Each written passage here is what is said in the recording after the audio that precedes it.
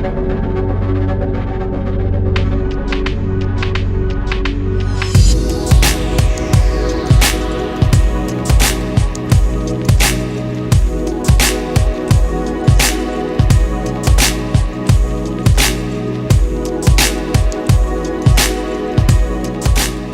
board is really, it can work really as good as in Hokipa as it can work somewhere it's onshore and light winds or strong winds. The person that will benefit the most or that will enjoy this kind of shape the most, it could be all the way from Brausinho to somebody that walks in and it's like, hey, I'm looking for a new wakeboard. You know, I'm gonna be sailing. I don't know where I'm gonna be sailing. I don't know what the conditions are gonna be doing. If it's gonna be onshore, side shore. I just wanna be going sailing and ride a board that it's gonna, you know, get me stoked. And of course, that comes together with speed. So the board needs to be faster and it needs to feel compact so that you can control it wherever you go. And at the same time, that it has a range. So it's not limited to onshore or side shore or stronger winds or lower winds. A board that has a range. One of the things that we changed this year, the main thing was changing the rider back on the board. And so now you're standing at 6 inches from the tail, where before we were at 8 inches. So a couple of inches back, it makes a big difference. When you're standing further back on the board, it just gives you access to a lot more opportunities. So you can step on that back foot and turn the board around much easier than if you're standing further forward. In order to hold the rider further back on the board, we have to add a little bit more buoyancy and also a faster rocker line. One of the other things that we always working on is how to get that magic into the board.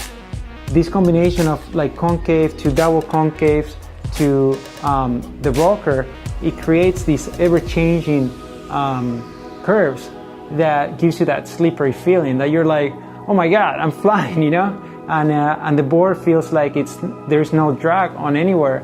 And at the same time, you get on the rail and you can turn it. And that's because you're standing so far back and you have an outline that goes with it. The outline right through here, right through the stance, it's much straighter than it was in the previous year. And that's what allows you to turn. Just go into the rail and hold that line. And it's really one of the biggest changes we've done in outlines since we started. So it's bringing those things together, bringing the speed and bringing the excitement and at the same time bringing the control. The smaller boards, the 68 has a smaller half moon tail and a little bit thinner thickness towards the back, obviously, and a bit more curve.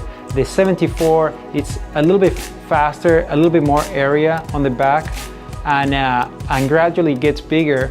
The half moon tail all the way to the 106 and the 116 that they're like round squash. And the reason for that is on the smaller boards you want to get a little bit more the control, and on the bigger boards you want a little bit more of the pop, and you're going to be using them on much lighter conditions or bigger riders. So that's where the tail comes into play.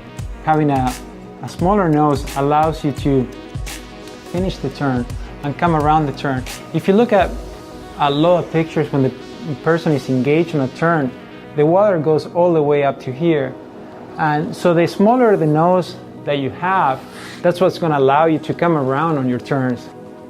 A lot of people ask us why we use the mini towel boxes, and the reason for that is because they're the lightest system, and we've been using it for years without any problems.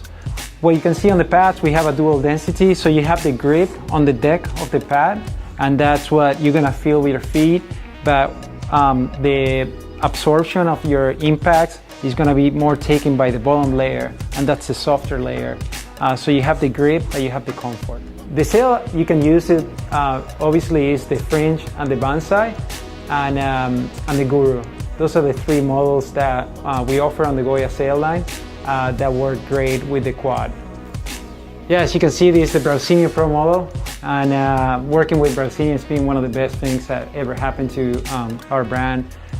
He's the most dedicated rider, and he's able to really try all the products that we put underneath him and without questioning it, and then bringing it back and mixing it with his favorites. And that's really how we're able to move forward with all these designs, is have him test pilot it through all the new variations of moves and locations.